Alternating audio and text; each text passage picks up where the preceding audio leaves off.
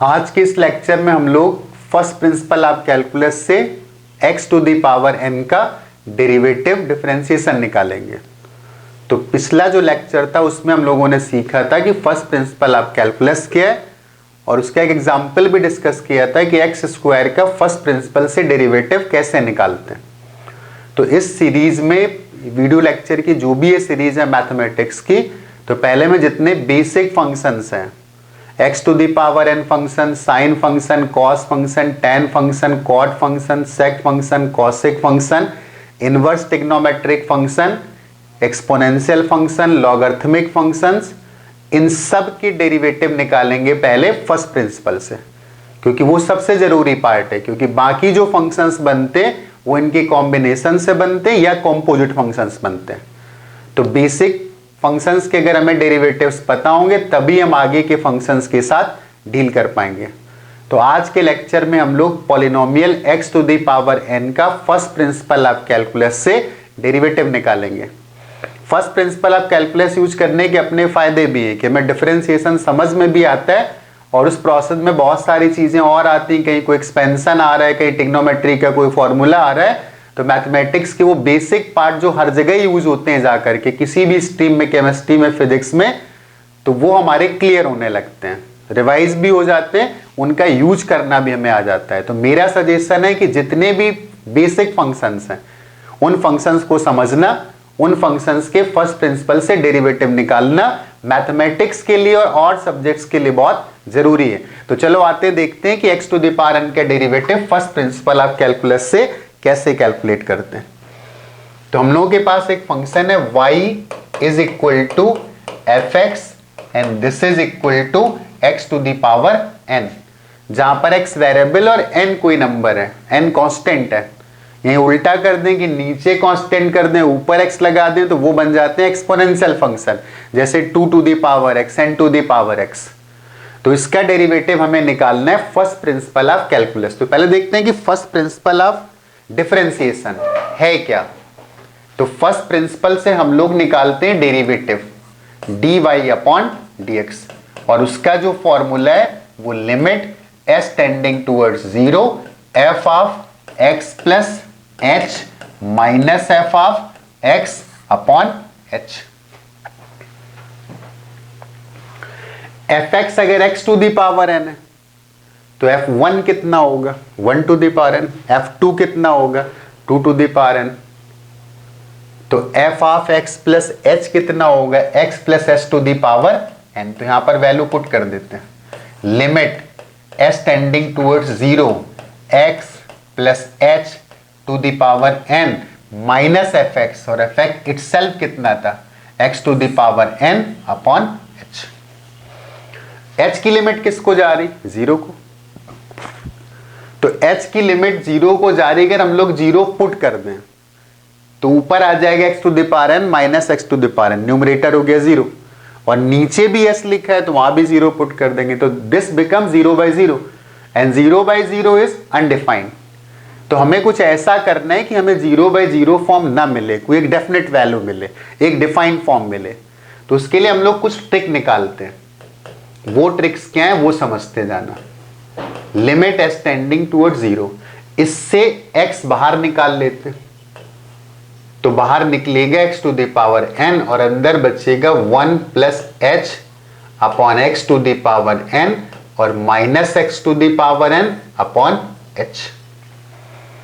पूरे एक्सप्रेशन से ही x to the power n बाहर निकाल लेते हैं, तो ये जो वैल्यू आ जाएगी लिमिट s टेंडिंग टूवर्ड्स 0, और x to the power n मैंने बिल्कुल बाहर निकाल लिया, उसमें s तो है नहीं, लिमिट s पर लगी हुई है, तो ये आ जाएगा x to the power n, और तब अंदर क्या बचेगा, अंदर बचेगा 1 plus h upon x to the power n minus 1 और अपॉन h। अब यहां पर 1 plus x to the power n का एक्सपेंशन यूज कर लेते हैं।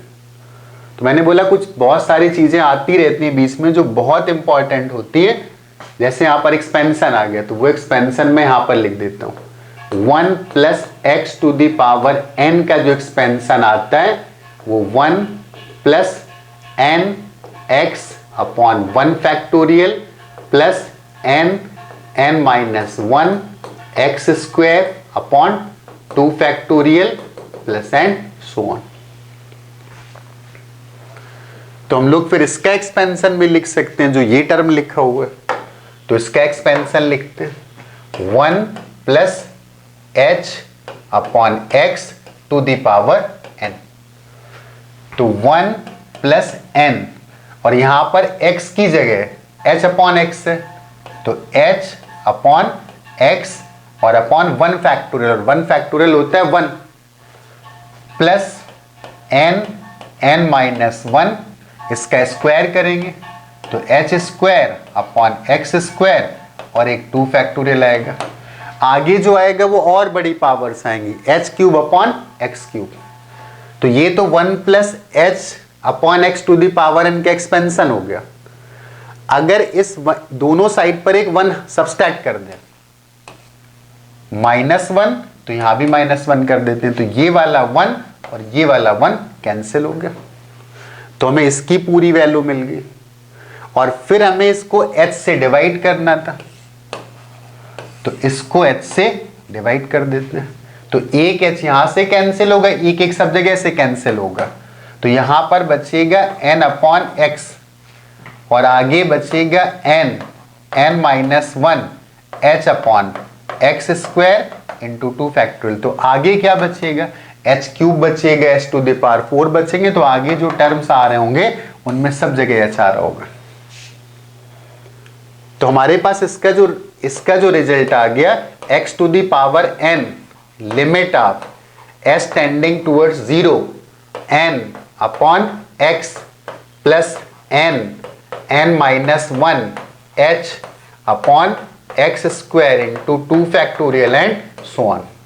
तो जब h की वैल्यू 0 पुट करेंगे तो ये टर्म कितना हो जाएगा, 0, और आगे जो टर्म्स आ रहे होंगे उन सब में h आ रहा होगा, तो वो भी सब 0 हो जाएंगे, बचेगा क्या, n अपॉन x। इसका मतलब ये जो वैल्यू आ गई x to the power n into n upon x, तो x to the power n में अगर x डिवाइड करेंगे तो ये आ जाएगा x to the power n minus 1। x to the power n का derivative nx to the power n minus 1। तो फर्स्ट प्रिंसिपल से हम लोगों ने कैलकुलेट किया है कि अगर हमारे पास फंक्शन है y is equal to x to the power n, तो इसका जो डेरिवेटिव आएगा dy upon dx n x to the power n minus 1। जो पावर थी उसको यहां निकाल के रख दिया और पावर में एक कम कर दिया।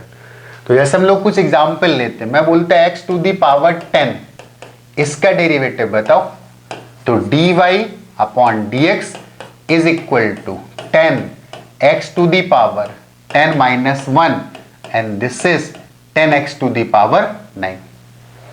फॉर एग्जाम्पल हम लोग एक फंक्शन ले लेते y is equal to x to the power 5/3, इसका डेरिवेटिव निकालना है, तो dy अपॉन dx, n कितना था 5/3, x to the power 5/3 minus 1, तो this will be 5/3 x to the power 2/3। जैसे एक और एग्जाम्पल ले लेते हैं, y is equal to suppose x to the power minus 7/2, और हमें इसका डेरिवेटिव निकालना है dy अपॉन dx, तो n कितना था minus 7/2, x to the power minus 7/2 minus 1, तो ये आ जाएगा minus 7/2 x to the power minus 9/2। तो x to the power n के जितने भी फॉर्म्स होंगे, इस टाइप के जितने भी फंक्शंस आ रहे होंगे, उन सब के डेरिवेटिव हम लोग इजिली कैलकुलेट कर सकते हैं। X square x cube x to the power 4, या कोई फ्रैक्शनल पावर लिखी है या कोई नेगेटिव पावर लिखी है, तो वो सारे केसेस इसी के अंडर में आएंगे। तो ये तो हम लोगों ने फर्स्ट प्रिंसिपल से x to the power n का डेरिवेटिव निकाला। इसी तरीके से हम लोग अगले लेक्चर्स में और जितने बेसिक फंक्शंस हैं, जो बहुत जरूरी फंक्शंस हैं, उन सब के फर्स्ट प्रिंसिपल से डेरिवेटिव निकालेंगे, और फिर कॉम्बिनेशन की बात करेंगे कि अगर फंक्शन मल्टीप्लाइड है, फंक्शन डिवाइडेड है, फंक्शन एडेड है, फंक्शन सब्सट्रैक्टेड है, और कंपोजिट फंक्शन मतलब फंक्शन के अंदर फंक्शन है तो उनके डेरिवेटिव्स कैसे निकाले जाएंगे।